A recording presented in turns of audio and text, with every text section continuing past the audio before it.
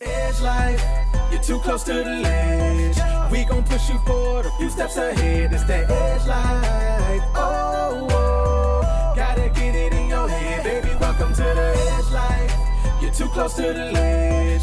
We gon' push you forward a few steps ahead. It's that edge life. Oh, oh, gotta get it in your head. Welcome to the edge life.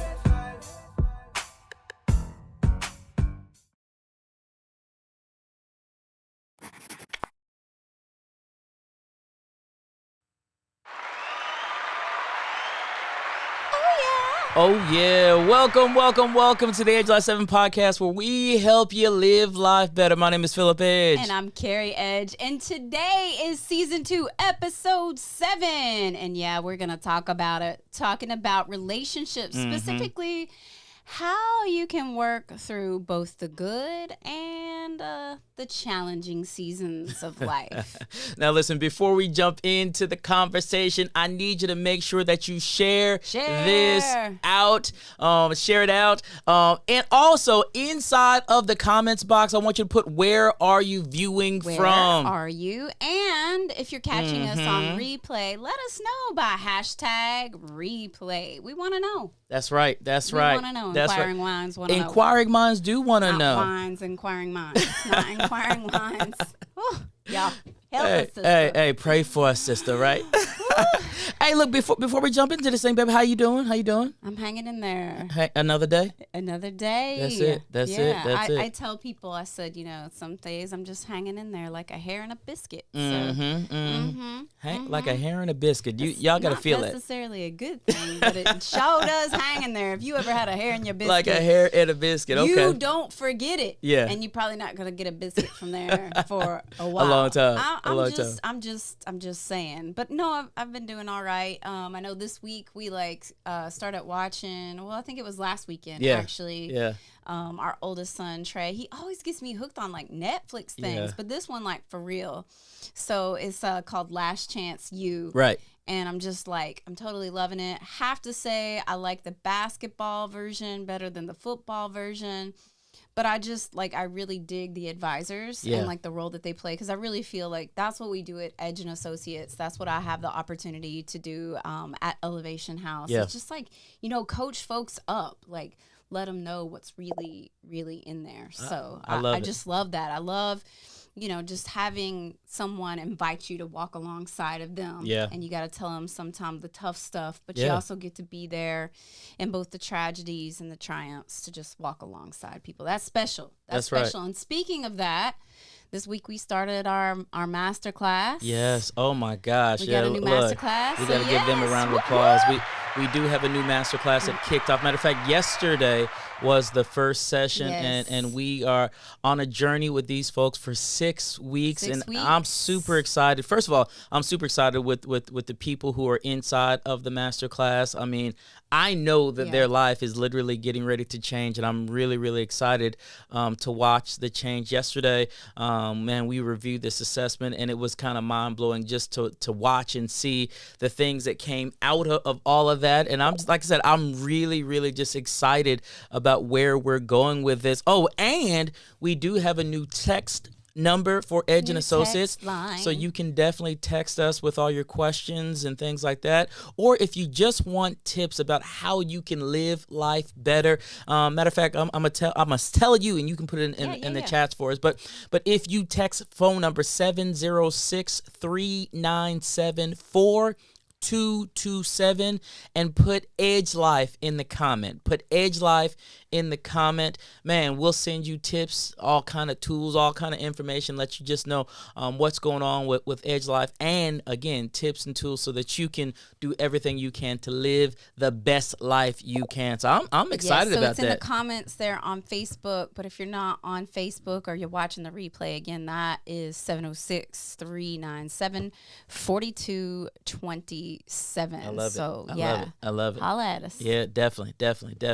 So, babe, I think we need to jump into this thing on today, and the way that I think we should jump into this is really just have a little conversation about relationships. It's interesting. This weekend, I was supposed to do a wedding this weekend. Yes. And there were some challenges, and they had to wind up postponing and pushing back the wedding. But one thing I know for me, anytime I'm going to do a wedding, and being able to look at those vows, right? It's just this constant reminder, for better or for worse, and the richer and the poor, and all of those things, and literally being able to see the faces of the couples when they're excited. They have all this zeal, and they're like, you know what? We are so ready to get married. We are so ready to push into this new place in life. And I'm telling you, I get excited for them. Yeah, I get a little scared for them too, because they sitting there like all with stars in their eyes. Yeah. Yeah. And they saying those vows, and they're like, no, when I say better or worse, like we just letting you know, like worse gonna come. Yeah. Worse is a real place, and it does come. So you do see them, and you see all the emotions and all the love, and then for some of them, it's like 6 months later, they be like, I didn't know it was going to be this hard. I didn't know this. I didn't know this. I didn't know worse meant this, That's right. Or whatever. Like, yeah, you don't know. Right. And if you're just trying to do it off of the, the stars in your eyes and the whole like fairy tale thought about love and and the prince, the knight in shining armor and all that stuff, like that ain't gonna work. That ain't gonna work. Last. That is not gonna work. That ain't gonna last. So tonight we're gonna talk about relationships, specifically. How do you work your relationships in the good seasons and in the seasons where you feel like giving? And the season E. Yeah, in the seasons when you feel like giving up. Yeah. Yeah, I mean, because sometimes you're going to feel like, throwing in the towel and giving up and it's going to come and it's going to happen. And if we sat here and told you that we hadn't experienced that season ourselves, right? We'd be lying to you. So, right. But we take all of that, and we use it for to help other people. Yeah, I want to start here today because especially in relationships, we really have to. And first of all, my man Oscar said, "Me too." What's going on, OC? How you doing, my family? How you doing, my family down in Tampa, Florida? Tuning in tonight. The great pastor Oscar Wilson, awesome guy. He and his family, and his wife. So let me say this. I want to start by just helping us to maybe even reframe and just having some conversation about that word love, because there are so many people, and we see it all the time, people, they come and they talk about how in love they are. Yeah. And we ask them questions. Ask them, what does that mean? What does that mean? What does that look like? What does that feel like? And I want to talk about that. Let's really just hone in on this thing called love. Again, we have been married 20 years, going on 21 years here next month, I guess. Is that next month? Yeah, it's March. Going on 21 years, been together almost 30 years, and we still don't have it right. We still don't got it right. But tonight, as we are on this conversation, on this journey with you, there are going to be several of you tuning in. Put your comments inside the chat. Ask us questions. Let us know. Ask us questions. Because we want to journey with you. I mean, we can just sit here and talk about it, but we would love to facilitate any questions that you might have. Yeah, we have a little bit of experience, a few decades. Couple, both with the Lord and not with the Lord. That's right. So we'll tell you it's better with the Lord. But yeah, hey, yes, Christina, I think you just celebrated an anniversary, 25 years. Whoop, whoop. Hey, it is. So hey, there are some seasoned veterans on this podcast today here on the live on Facebook and YouTube as well. So love, like what do you think about her? Let me ask it this way: what does the general average person that we meet, who are getting ready to get married or what have you, like what is the consensus as it relates to like what love is? Do you want me to just break it down, or do you want me to be just Nah, tell them the truth. Lust. Yeah. Mm-hmm. That's what it is. So usually when we talk to people, it really is just a matter of lust, and you fall in and out of lust. We can lust a whole lot of things. You back in the day, you lusted a big wheel that your friend had. You don't want to ride that thing anymore. I did have the big wheel. I did not ride a big wheel though. I had to not ride a big wheel. Outgrew the big wheel. I can't fit on it anymore. Like if you tried to get on the big wheel right now, and real love, I wouldn't be able to get up. Right. Real love is you don't outgrow it. Right. You grow with it. Right. So it's not a matter of lust. And part of the headline or the title for today's episode really kind of alludes to what love really is, and it's work. It's really work because it's a matter of you really humbling yourself and giving your best to someone else to cover their worst. Yeah, say that one more time. Say that one more time. Good stuff to cover his not so good stuff. And I got a lot of it. And I got to do that willingly, all the time, every single day. Love is really, it's a choosing. And that's why, so many people say they fell out of love. Yeah. So when we talk to people about love, it really is they're more trapped in the feeling and the emotion. And feelings and emotions they're the same thing, number one. But they're temporal. Yeah. They are temporal. They do not last always. Yes. If you don't believe me, go hang around a teenager. Because This minute they're angry. Next minute, they're best like friends. laughing and carrying on, and you're like, weren't you just mad? Yeah. Or weren't you just sad? Or whatever the case may be. So, our emotions are just temporal, and that is not love. Love is eternal. Real love is eternal. Yeah, that's good. That's good. And when you think about, this eternal love, it's something that you made a statement earlier. You said it's something that we choose, right? And we've kind of made this commitment a long time ago, but every day we wake up and I say, I choose Carrie. You know what I'm saying? And she says, I choose you, Philip. And there is something. Beautiful. Girl, come on, you better stop it now. I started calling him beautiful like a couple months ago. I think. Men, is it okay to be called beautiful? Are you? I was okay with it. I was like, yeah, this is a beautiful specimen of a man. He is I took beautiful. it. But other men, let me ask you, Oscar, is it okay if your wife would call you beautiful? I'm just asking. Would you be okay with that? I just thought it would, be something unique to really express my love for him because, I couldn't just, you are hot with 2 T's, but I feel that too, though. Really, it just didn't encapsulate. But beautiful did? Yeah, beautiful. Okay, hey, okay. I'm cool with like a sunrise and a sunset. Like the waves of the ocean crashing on the beach. Okay. Okay, go ahead, girl. I was getting ready to go off into some ooh-wee. poetic. Ooh-wee. So let's get back to focus. Get back to focus.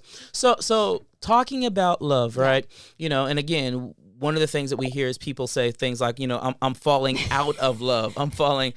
Being called beautiful is a lot better than being called smelly. Very true, Jason. Very so true. Very true. Very true. But people always talk about how that they're not in love with them anymore. They've fallen out of love. I'm like, listen, how do you fall out of love? Like you fall out of a car. Right. I fell out of love with them. The truth of the matter is you didn't fall out of love. You made a choice not to love. Because again, love loves in the good times, love loves in the bad times. That's love in the loves vows, in the up by the way, times, love loves in the down times. Right?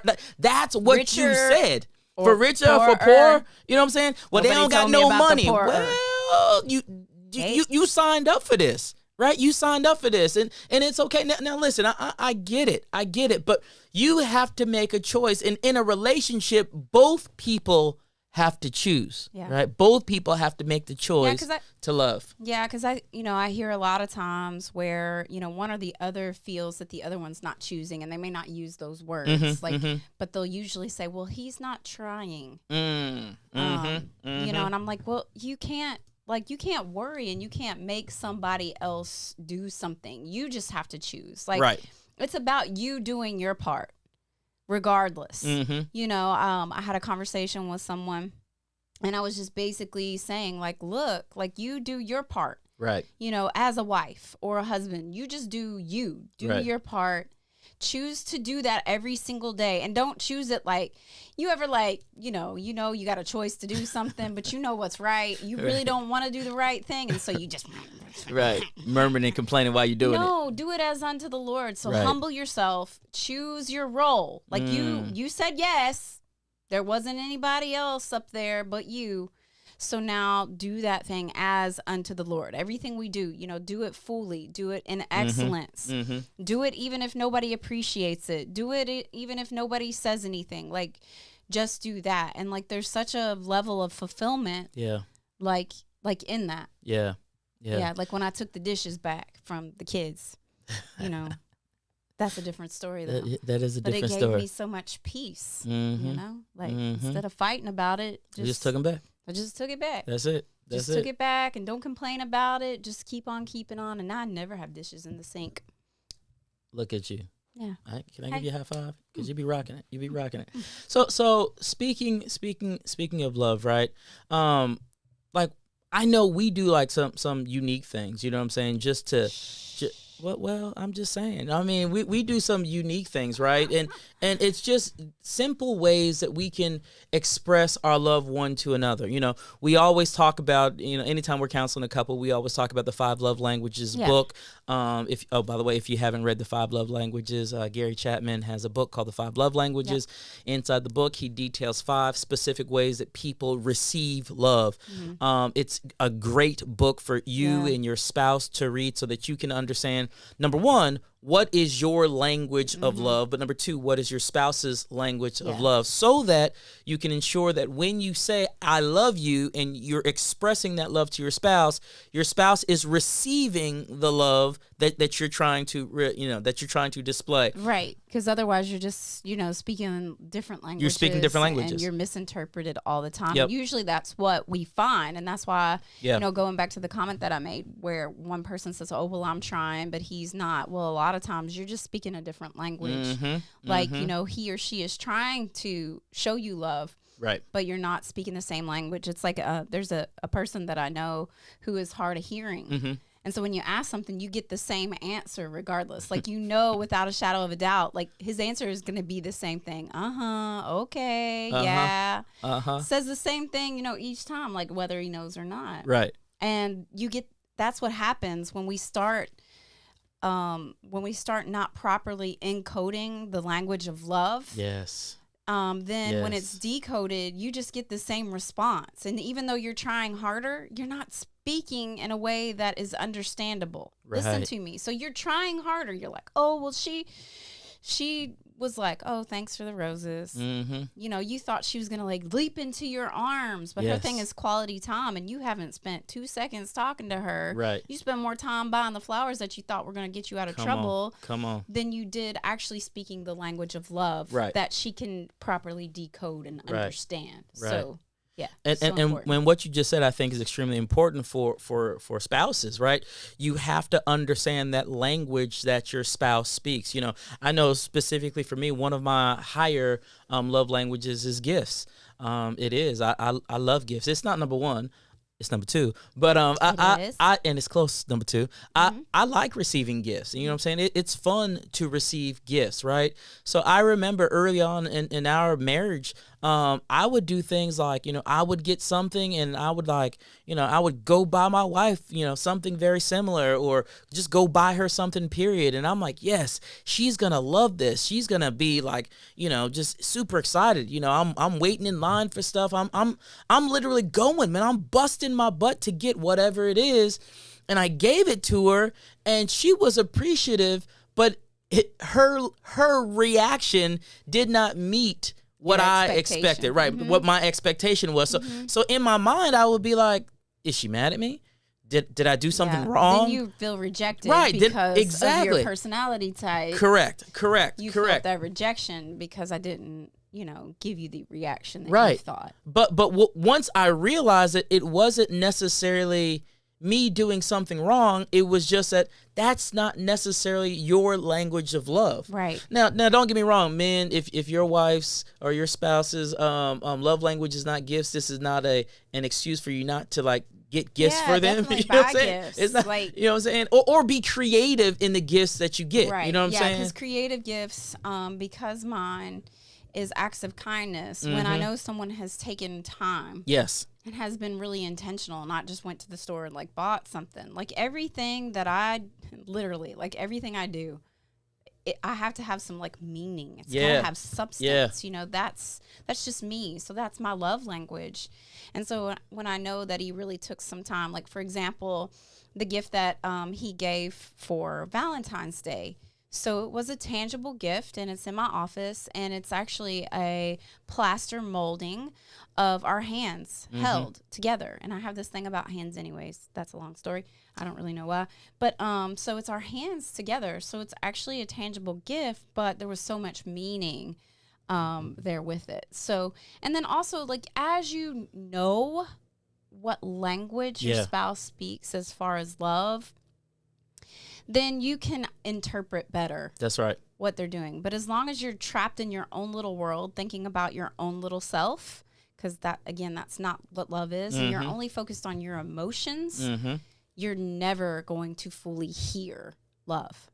You're not going to hear love when it's spoken to you. And it doesn't matter even if it is in your language. Yeah.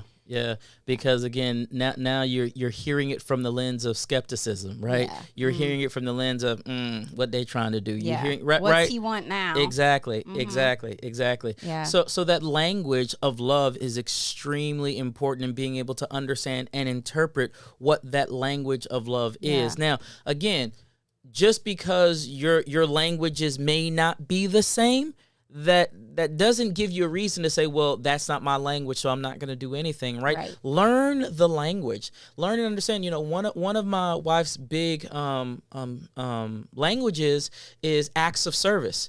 So she would much rather me take the garbage out, or, put the, like last week, I knew she wasn't feeling too hot.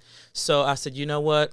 I was hot, though, with 2 T's. You were hot, you were super hot. You were super hot, right? But I knew that. So before she got home, one of the things that I did, I said, okay, I'm going to stop. I'm going to come out of this office. I'm going to stop doing what I'm doing. And I'm just going to go make sure there are no dishes in the sink. I'm going to empty the dishwasher, and I'm going to take the dishes that are in the sink, and I'm going to put them in the dishwasher. It probably took me, I don't know, all of 5-10 minutes, maybe, right? Maybe, because there really weren't that many. Probably like 3 minutes. Minutes. Yeah, probably like 3 minutes, right? But the reality was, I didn't say anything about it, but when she came home, I heard her. That was something that she recognized and she appreciated. She was like, wow, oh, you took time to come in here, empty the dishwasher, and put the dishes that were in the sink in there. I really appreciate that. And I could tell just from her tone, she appreciated it. And although it may have only been 3 to 5 minutes or so, for her, that was like, I just saved her 10 hours, which I didn't. But for her, it seemed like I did. You know what I'm saying? Yeah. So we gotta learn those languages and try to find different ways to apply that language for your spouse. Yeah, and you are not responsible for the motive behind the action. Yeah. So regardless of what the motive is, you don't own that. But what you do need to own and have the responsibility for in a relationship is being grateful and appreciation. So regardless of what the motive is behind that, when you recognize that this is some act of love, sometimes it may not be like a completely pure, healthy act of love, but nonetheless, it is. But when you recognize that that's an act of love, you need to reinforce that and show gratitude and appreciation, because you get what you expect, number one, and number two, what you reinforce it'll come back to you, and that's not manipulation. That's just recognition for someone who is trying. You gotta give an A for effort, even if you're just missing the mark a little bit. Yeah. Still someone trying. Yeah. Definitely trying. One of the other things about love languages, and we can go off into it, but one of the other things about languages is just the sheer communication in and of itself, right? And being able to sit down with your spouse and have real, authentic conversations. Yeah. Being able to say, hey, I don't like that. Or, hey, you did something and it kind of ticked me off a little bit. You know what I'm saying? Yeah. Like being able to have those real authentic conversations, because it's in the conversations that growth happens. Absolutely. It's in the conversations that the two are really being able to come together as one. And it's in those conversations that memories are built, those fast switch memories, if you will. So then down the road, you can also remember, something to hey, rely on. yeah, we went through that. We had a conversation about that. I can go back and we can have, additional conversations about that, because again, relationships, specifically marriages, one of the bad things that are happening nowadays, people ain't talking no more. People aren't communicating. We don't talk anymore. Yeah, that's the song. But when's the last time you went to a restaurant or went out and you saw a couple sitting and all they're doing, there's no conversation. Yeah, that's they're one of sitting the things there. I recognize. Yeah, they're sitting there on their phone because they can't communicate, right? So we have to open the lines of communication so spouses can be able to communicate one to another. Yeah, when you think back, and this is kind of the sad thing, like when you meet people early on in their relationship, a lot of times they'll mention, oh, we can just talk for hours. And then when you meet someone who is, several years, a decade or more in, you know, you hear a lot of people say, we just don't have anything to talk about anymore. Wow. And I'm like, how? Like you have like more than a decade of life together. How do you not have memories to talk about and share? So that is always something that really is very disheartening to me. And so you need to go back to, what was it? You know, you talked about goofy things. Like, you know, you might have spent like 10 minutes getting off the phone. I love you. I love you more. I love you infinity. I love you to the infinity, to the infinity power. You know, I have a friend right now who's in a new relationship, and, you know, she has made the comment about, you know, oh, I can just, you know, I wake up when he calls and I don't normally do that and da-da-da-da. My question is, will you be doing that in 5 years, in 10 years, in 15 years, in 20 years, in 25 years, like Christina and her husband? Right. You know, will you be, like, when he calls, you want to answer the phone, or you're like, oh, man, what's he calling for now? Yeah. You know, check yourself.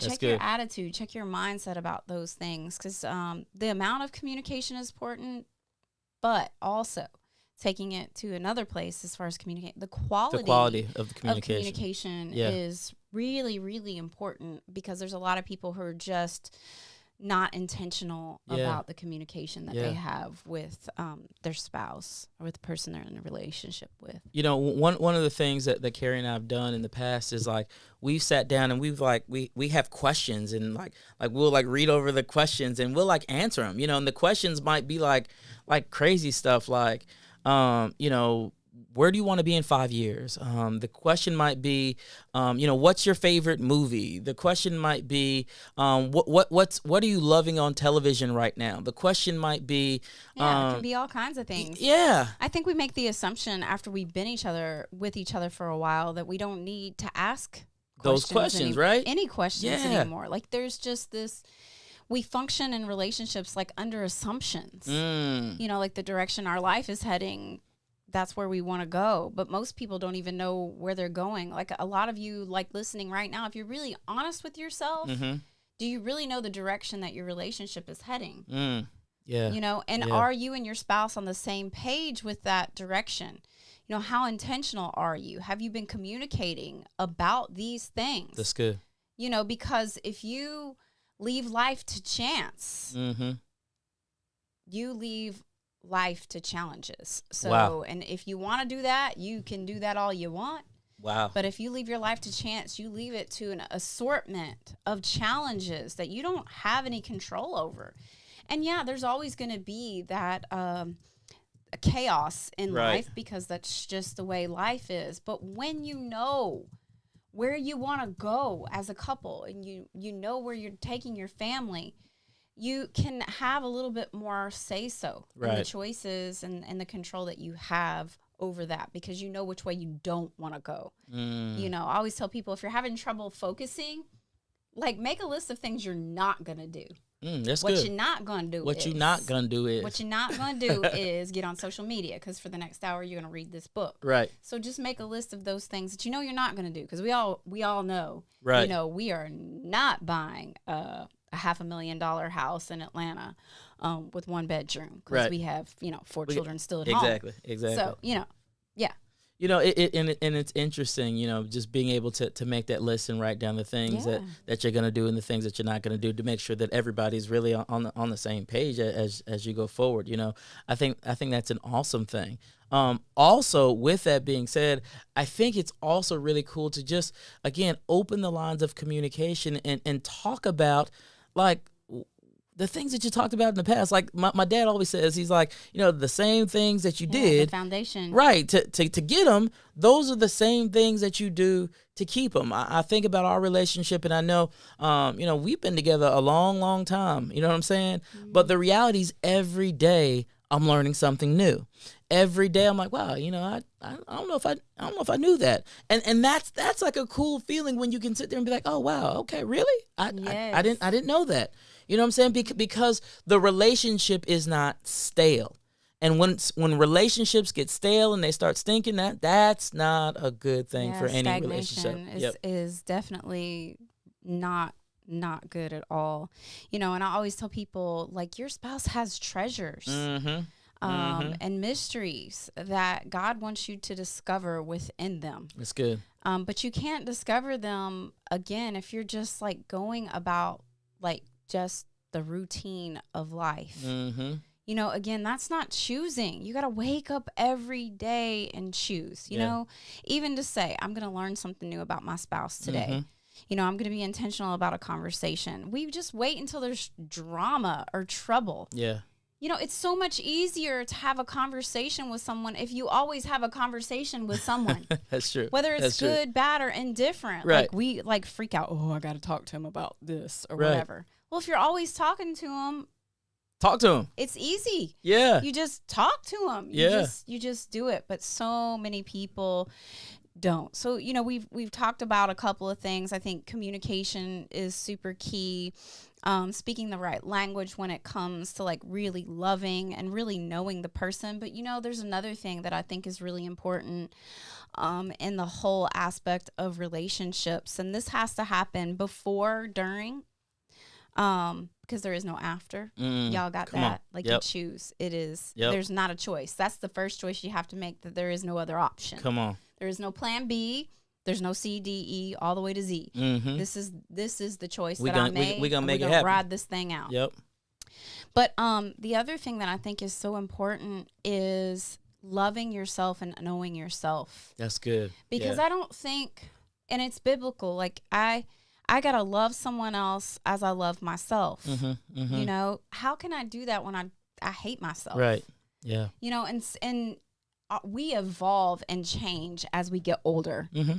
You know, and self-love is going to look different in my 20s than it does in my 40s. Right. It's going to look different as our seasons economically change, et cetera, et cetera. But I still need to be loving on myself so that I can be fully everything for him that he needs to be. Because again, remember, I am choosing every day to give him, to exchange my strengths to cover his weaknesses. That's so good. If I'm not strong, like when people are striving to be better, they make other people around them better. Like look at a team. Mm-hmm. When you get a team in the weight room and somebody's just in there trying to kill it, even the guy who lifts the least is going to lift He's more going that in. day. Yep. He's going to go in. You know, when your quarterback's getting off and just having that game, like everybody is hype, including the managers. They are wiping those balls in a way they never did before. They are filling up them water bottles in a way they never did before, you know, because we're winning in life. And so when I strive to be better, everyone else around me becomes better. And so we can't stop feeding ourselves, loving ourselves, because that makes our spouse better. When I love me and I'm good to me, I'm good to him because I feel good about me. And when you come into a marriage relationship, you're not taking two halves and making them a whole. Say that again. But usually you're trying to make two halves and make them a whole. And let me just back up for a second. Sorry, I'm on a tangent. Yeah, go on. I'm on Say a roll it. right Say here. it. If you're looking for marriage to complete you, you don't need to get married. You better pump your brakes and go sit yourself down somewhere until you figure out you are a whole, complete person with a purpose that God has a plan for. So until you get that straight and you love yourself, you need to sit down. If you're looking for someone else to complete you, it is not going to work, because I promise that's a human being and they're going to let you down every single time. Absolutely. Every single time. Well, you know, again, we talk about this a lot, but it reminds me of, you know, again, flying on that airplane. They always give you the mask and they tell you, put your mask on first, right? You got to take care of yourself. Else. You can't quote unquote save somebody else. You can't help anybody else. You can't be there as a support to somebody else if you don't take care of yourself. And you bring up something because it's extremely healthy. Like we have to get to the place where we're taking care of ourselves. I'm not going to be any good for my wife if I'm not taking care of myself. She's not going to be any good for me if she's not taking care of herself. And we have to then take care of each other and take care of the entire household. And that's every part of ourselves, our spiritual self, our soul, which is our mind, our will, and our emotions. So what we choose, what we think, what we believe, and then our body as well. So you got to be taking care of all three parts of who you are in equal balance. Come on. You know, Come on. And you'll see this all the time. Like, there's a great couple right now. Shout out to the Halls. So, Ahmad started, like working. Get his workout on. Yeah, to get his workout on and lose weight and all of these sorts of things. And he's lost quite a bit now. Yeah. Yeah. So I think 100 pounds. That's I think that's what I saw. He did one of those he right lost there. the whole person. Yeah. And so that motivated his wife. And so, like, listen to me. If you strive to be better, you don't have to beat someone up about the head and shoulders, about being better. It's going to become a contagion. It's contagious. Right? When your wife starts eating better, you start noticing what she's cooking looks a little bit different. That's right. Right? That's right. So everybody gets better when you strive to be better. That's so, right. I mean, like... you can be married and still do you to a I say do you, boo. That means take care of you. Right. Take care of you because you're responsible for you. Yeah. You're not responsible for what your spouse thinks, does, Like, you can encourage them, but you are responsible for you. Going back to what I said before, be in your role. It's the role that you chose. Be humble, choose it every day, and do it with everything that you got. Give it everything you got. So at the end of the day, I can lay my head in the bed and say, well, and be good. I gave it everything I got. I don't have to sit there and say, you know what? I had the ball in the last 3 seconds. And you fumbled. And, I was going to say, and I passed it off and they missed. But, Right. I didn't jump, hit that jump back. You didn't do it. Hit the 3, I didn't. Hey, listen, Mr. Riley's on here tonight. Mr. Riley, from Mr. Riley's World. He and his wife, they also have a show that kicks off and does it every single Friday night. They are on the West Side. Down in California, beautiful spot. So shout out to the Rileys tonight, man. Shout out to the Rileys. Yeah. So I just wanted to bring that up because, I don't think we talk about that enough sometimes. Yeah. About taking care of ourselves because, we become so focused on the relationship, but there is no relationship without you. Yeah. That's so good right there. There's no relationship without you. People. And even if we take that a step further, so many relationships, especially long-term relationships, they're so focused on everybody else. So not only are they not focused on themselves, they're not focused on the relationship because they're so focused on, the bills, the children, and everything else, right? You better make sure them children know that your spouse is number one right under God. That's right. You better make sure that they know. That's right. Can we talk a little bit about this thing called misguided loyalties, especially as relates to children? Can we talk about that a little bit? Because, in relationships, relationships, we are continuing to grow together. We're continuing to grow together, right? And every single day, again, I wake up, I choose my wife. She wakes up, she chooses me. And literally just knowing that she chooses me, I feel like, what's the song say? Superman. Yeah, I feel like Superman. It says, I'm a force when we're together. I'm a movement by myself, but I'm a force when we're together. Yeah, that's it right there. That's it. That's so true. And that's literally how I feel about the relationship, and it's awesome. Aww. But I know even for us, it got to a place like I'll give an example. Our oldest son, he was playing football. We were like everywhere playing football, watching football, lacrosse, and watching lacrosse, and doing all the that. Country. But the crazy thing was, like, when he graduated from high school and transitioned into college, there was like a season there to where it was like, whoa, like we what don't have anywhere to go. What we do? You know what I'm saying? We don't have anywhere to go. What do we do on Friday nights? What do we do on this night?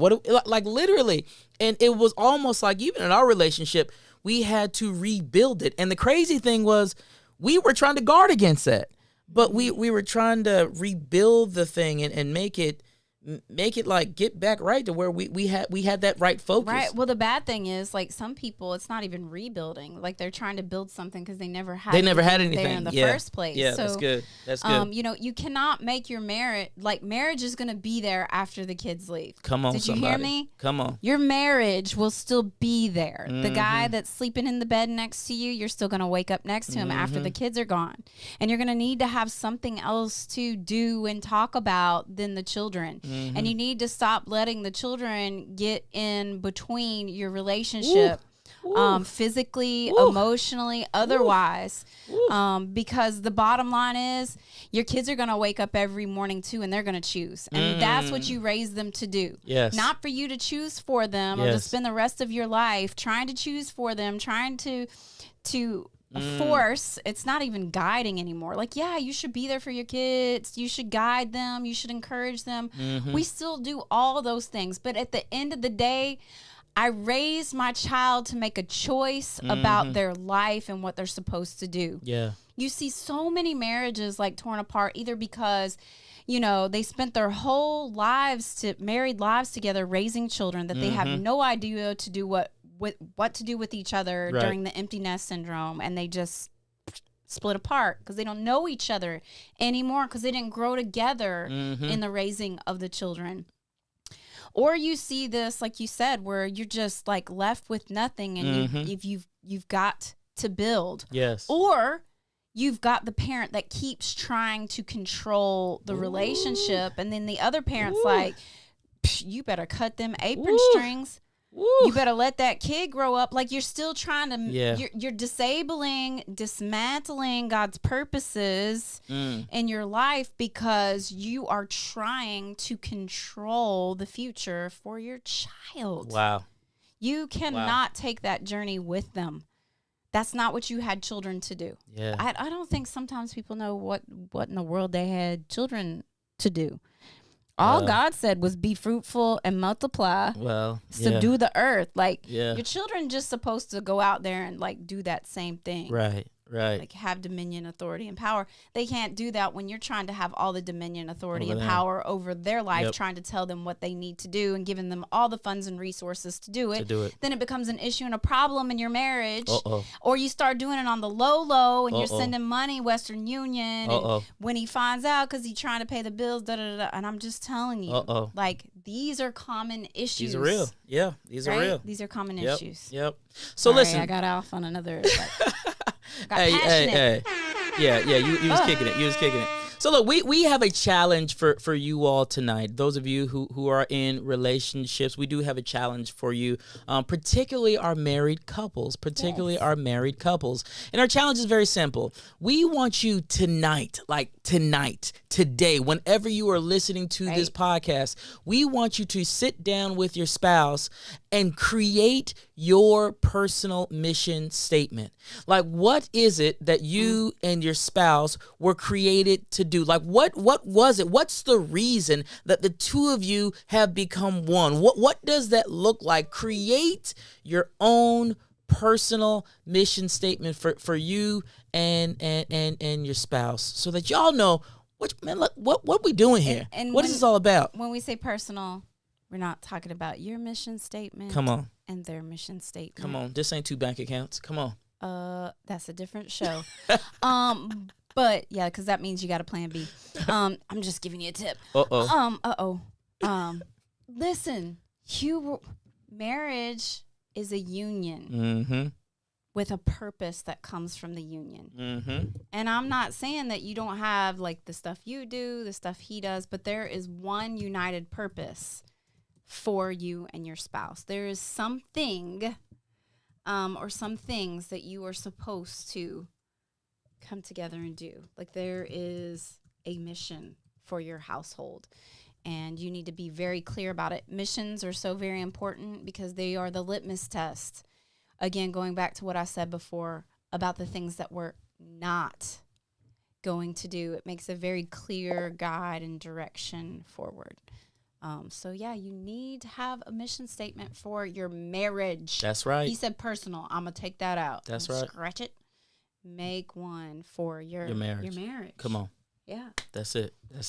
So listen, once you get your personal mission statement for your marriage, text it to us. We gave you the text number 706-397-4227. We want to see what it is.